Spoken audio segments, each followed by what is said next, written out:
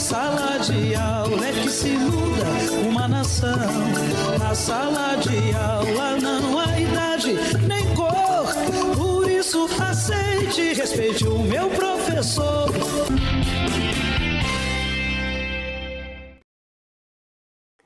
Eu estou aqui pensando, será que 2017 não acabou? Ou 2018 começou em janeiro do ano passado? Vocês estão percebendo que as maldades dos últimos 12 meses estão ameaçando continuar esse ano? Ainda bem que é ano de eleição e a gente tem oportunidade de melhorar esse cenário. Enquanto o dia da desforra não chega, vamos ver o que os nossos convidados falaram sobre os principais assuntos que incomodaram os sergipanos. No plano nacional, a reforma da Previdência e a reforma trabalhista. E em nosso estado, o atraso no pagamento dos salários e a educação em tempo integral. Fique com a gente, a luta continua, está no ar a TV Sintese.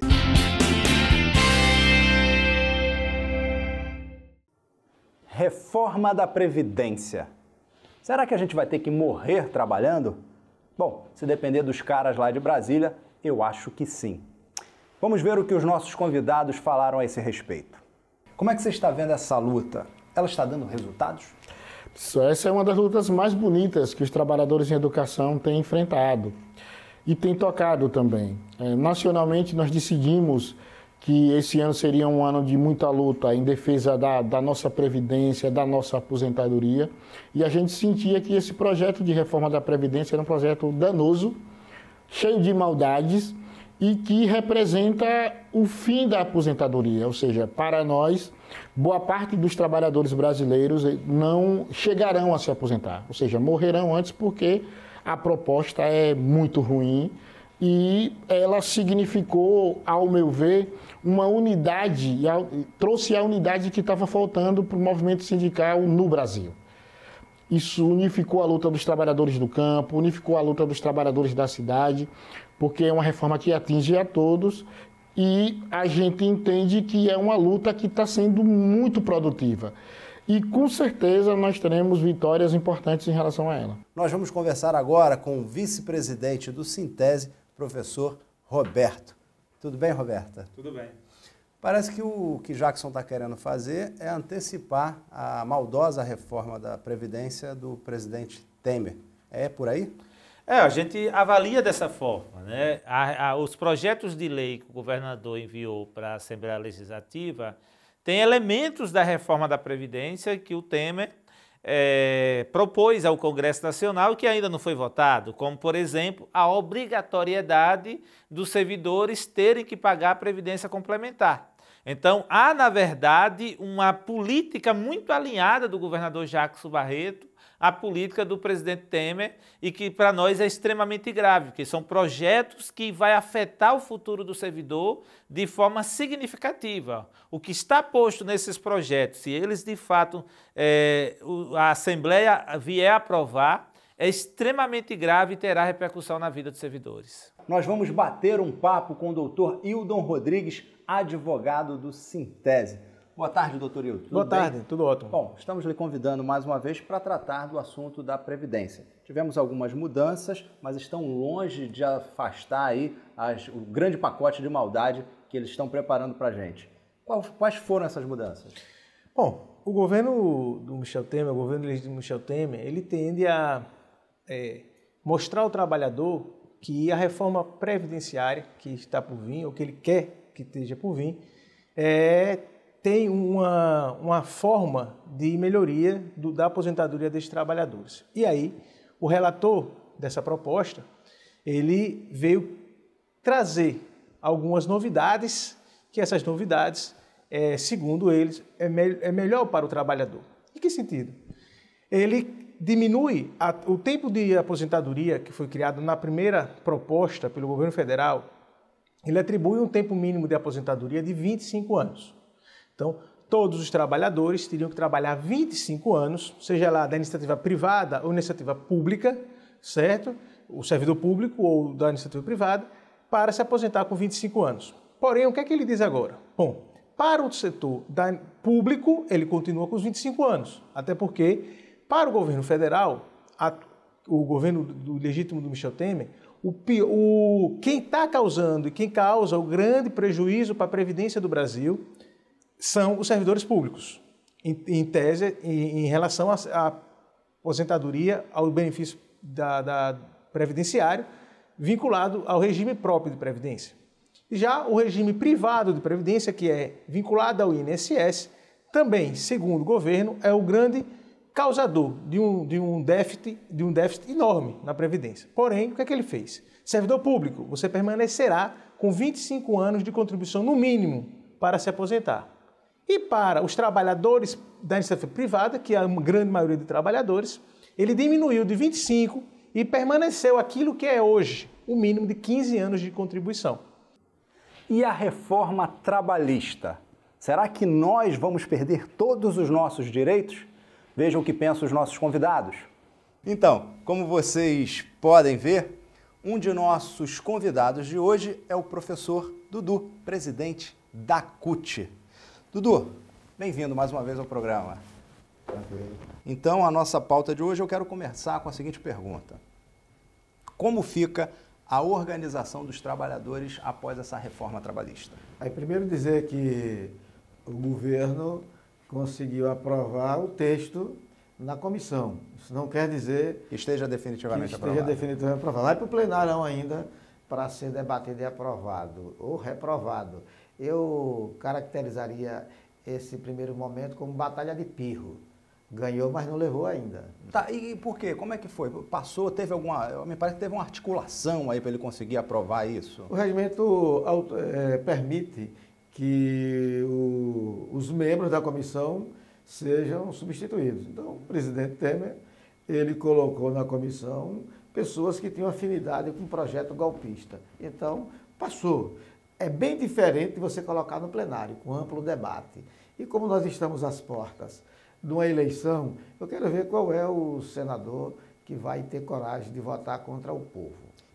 E o governo Jackson Barreto, hein? Está seguindo direitinho o pacote de maldades do governo Temer.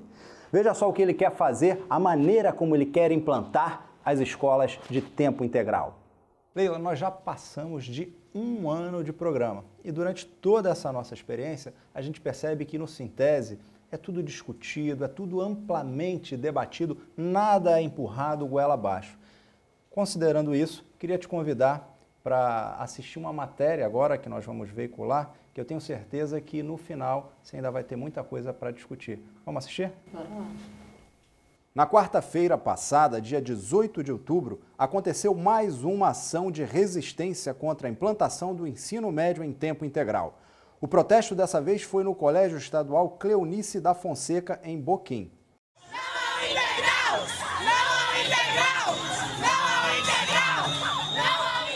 A comunidade desconheceu o projeto, a comunidade não participou na construção do projeto, não houve planejamento para a comunidade escolar, não houve planejamento para o aluno não foi ouvido, não foi escutado, né? E não houve planejamento para os profissionais que ali ministram suas aulas, que ali trabalham e se empenham. O nosso colégio ele é referência a nível estadual. Nós conseguimos uma aprovação em alto índice nos vestibulares anualmente, conseguimos elevar esse nível e o governo do estado, através de formas planejadas, né, impondo de forma vertical um projeto, tenta desestruturar a nossa comunidade, tenta desestruturar a nossa educação. Bom, tá aí, acabamos de assistir. No Sintese tudo se discute, tudo se debate. Por outro lado, o governo querendo empurrar o ensino médio de tempo integral de qualquer jeito. A gente vê que os estudantes estão lutando, os professores estão resistindo. É esse o reflexo nas demais escolas que estão tentando implantar o ensino médio? Muitas escolas estão exatamente tendo essa conduta, né, de estar na resistência, por compreender o quão danoso é a implementação de uma política sem se discutir com a comunidade que vai ser atingida. Não falando especificamente dos professores, mas principalmente dos estudantes que serão atingidos com essa proposta. Pois é, o ano está acabando, mas a luta continua. principalmente para aqueles colégios que estão lutando contra a escola integral da maneira com que o governo vem tentando implantar em Sergipe. Na contramão da história, onde a democracia é a palavra de ordem, o governo tenta implantar esse modelo de educação integral sem dialogar com a sociedade. E quando isso acontece, sabe o que a sociedade faz? Protesta. Como fizeram os alunos do Colégio Felisbelo Freire, em Itaporanga. Os alunos desse colégio utilizaram greve para protestar. Roda a matéria. O processo que a SEDE implantou aqui foi muito rápido. Ele chegou com a informação de que a escola seria centro integral, já dizendo que 2 dias depois deveria ser votado isso no Conselho. O Conselho estava desfalcado naquele momento. Os pares não tiveram condições de fazerem as suas plenárias, então os segmentos não se reuniram. Somente os professores, e mesmo assim uma pequena quantidade, que era quem estava na escola naquele dia. E aí houve então essa reunião do Conselho e foi aprovado, mas foi aprovado em cima desse desconhecimento geral.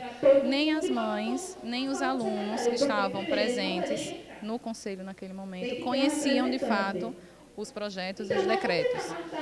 Quando chegou então a informação, dentro do Estatuto do Conselho, nós temos um período de 8 dias para recorrer qualquer decisão que seja tomada. E esse prazo não foi respeitado. A diretora levou então, junto com o presidente do Conselho, para a secretaria e eles levaram à frente todo o procedimento. Então foi aí que os meninos começaram, junto com os professores, junto com alguns funcionários, a se mobilizar de fato.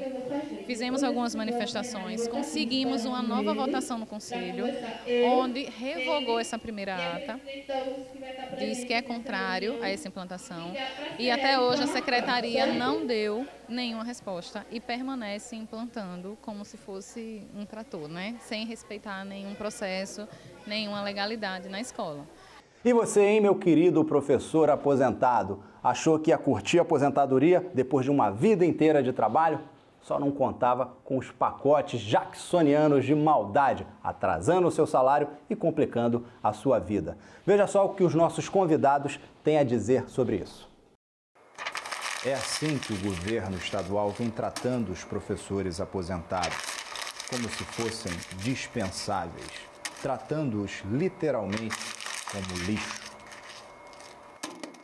Logo, os professores que já sofreram tanto durante suas carreiras, trabalhando muito, ganhando pouco, e depois de anos de dedicação, têm que sofrer a humilhação ao ponto de se acorrentarem à casa do governador Jackson Barreto para chamar sua atenção.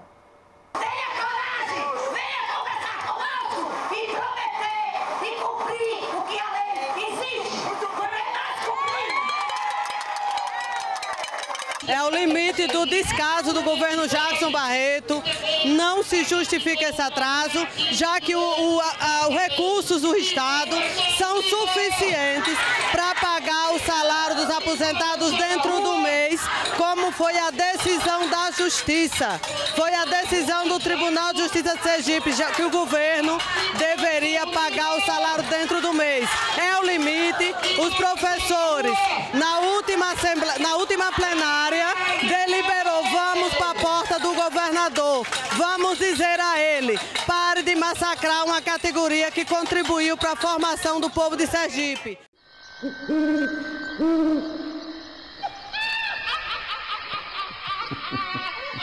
Sai pra lá, fantasma de 2017. 2018 já chegou e vai ser melhor, se Deus quiser. E Ele há de querer. Tchau, pessoal. Na sala de aula é que se forma um cidadão. Na sala de aula é que se muda uma nação. Na sala de aula não há idade nem cor. Por isso aceite e respeite o meu